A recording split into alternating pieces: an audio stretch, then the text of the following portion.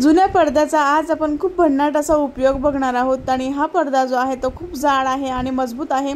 आपण लाइनिंग वगैरे अस्तर काही न लावता फॉर्म शीट न लावता किंवा राईस बॅग न लावता हे तयार करणार आहोत।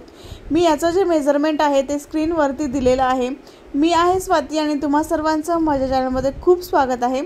तर आपण अस्तर वगैरे लावणार नाही तर याचं जे सेंटर आहे दोघांचंही सेंटर आपल्याला इथे मार्क करून घ्यायचं आहे।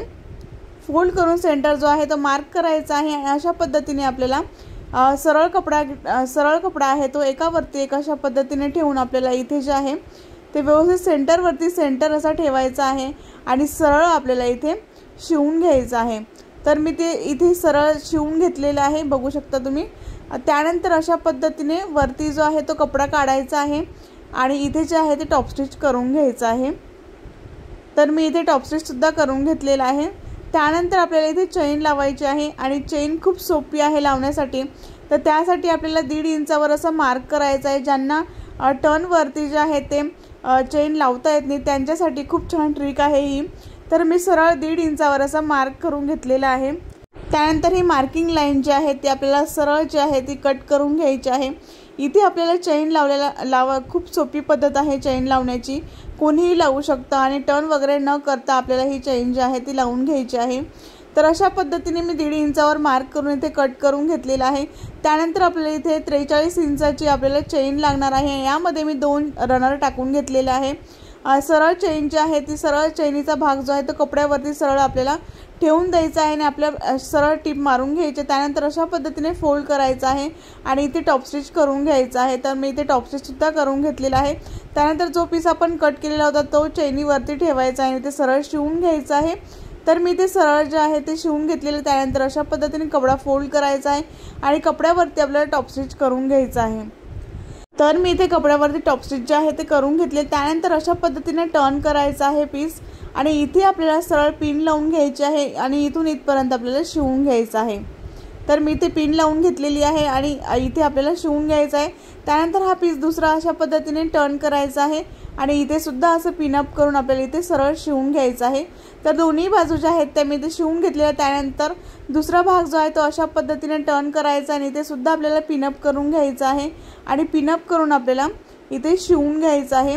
खूप सोपी पद्धत आहे। इथे आपण कुठेही लाइनिंग किंवा फर्म किंवा राईस बॅग किंवा नॉन वेन मी लावलेलं नाही आहे आणि इथे खूप हे सिंपल आहे बनवण्यासाठी। तुम्ही असे बनवून विकू सुद्धा शकतात आणि अशा पद्धतीने टर्न करून दोन्ही बाजू ज्या आहेत ते इथे पिनअप लावून मी ते सरळ शिवून घेणार आहे। तर मी ते दोन्ही बाजूंनी शिवून घेतलेला आहे। त्यानंतर वरचा जो कपडा उरलेला आहे तो अशा पद्धतीने आपल्याला टर्न करायचा आहे आणि इथे मी पिनअप करून घेणार आहे। इथे पिनअप करून आपल्याला इथे सरळ जे आहे ते शिवून घ्यायचं आहे। त्यानंतर दुसरा जो भाग आहे तो अशा पद्धतीने टर्न करायचा आहे आणि इथे सुद्धा आपल्याला पिनअप करून इथे सरळ शिवून घ्यायचं आहे। तर दोन्ही बाजूंनी मी पिनअप करून घेतलेला आहे आणि दोन्ही बाजूंनी मी आता शिवून घेणार आहे। अशा पद्धतीने मी दोन्ही बाजूंनी असं शिवून घेणार आहे। तर मी इथे दोघं जे बाजू आहेत त्या मी इथे शिवून घेतलेल्या आहे, बघू शकता तुम्ही। तर मी ह्या दोन्ही बाजू शिवून घेतलेल्या। त्यानंतर उरलेला भाग जो आहे तो आपल्याला अशा पद्धतीने पिनअप करून इथे चैनीच्या वरती आपल्याला शिवून घ्यायचा आहे आणि हा भाग जो आहे तो कुठेही कमी पडणार नाही जर तुम्ही अशा पद्धतीने हे शिवलं आणि मेजरमेंट जे आहे ते व्यवस्थित मापाप्रमाणे घेतलं तर कमी जास्त होणार नाही। तर इथे जे आहे ते सरळ अशा पद्धतीने आपल्याला शिवून घ्यायचं आहे। तर मी ते शिवून घेतलेलं आहे। त्यानंतर आपल्याला इथे जे आहे ते चेन काढून घ्यायचे आणि आतला कपडा जो आहे तो बाहेर काढायचा। इथे आपल्याला कुठेही पाइपिंग करायची गरज पडत नाही। पडद्याचा कपडा जो आहे तो खूप जाड असतो आणि मजबूत असतो, त्यामुळे आपल्याला इथे रफ एजेस सुद्धा शिवायची गरज पडणार नाही कारण की याचे धागे निघत नाही। तर इथे जे आहे ते मी आता आपले पावसाळ्याचे दिवस जे आहेत ते संपलेले आहेत आणि थंडीचे दिवस येणार आहेत। त्यासाठी आपण पावसाळ्याचे जे कपडे असतात जॅकेट वगैरे ते जॅकेट ठेवण्यासाठी आपण असे ऑर्गनायझर बनवू शकतो किंवा तुम्ही यामध्ये कपडे सुद्धा स्टोअर करून ठेवू शकतात, स्वेटर वगैरे स्टोअर करून ठेवू शकतात आणि असे तुम्ही 2-3 जर बनवून ठेवले तर एका पडद्यामध्ये आपल्याला 3 ऑर्गनायझर असे बनवू शकतात आणि घरातल्या प्रत्येकाचे जॅकेट यामध्ये मावतील एवढं मोठं आपण हे ऑर्गनायझर बनवलेलं आहे। फ्री ऑफ कॉस्ट आहे। फक्त आपल्याला एक चेन जे आहे ते विकत आणावं लागणार आहे आणि 2 रनर आपल्याला इथे विकत आणावं लागणार आहे आणि हे तयार होणार आहे फ्री ऑफ कॉस्ट। घरातल्याच वस्तूंपासून आपण छान छान ऑर्गनायझर असे घरीच बनवू शकतो।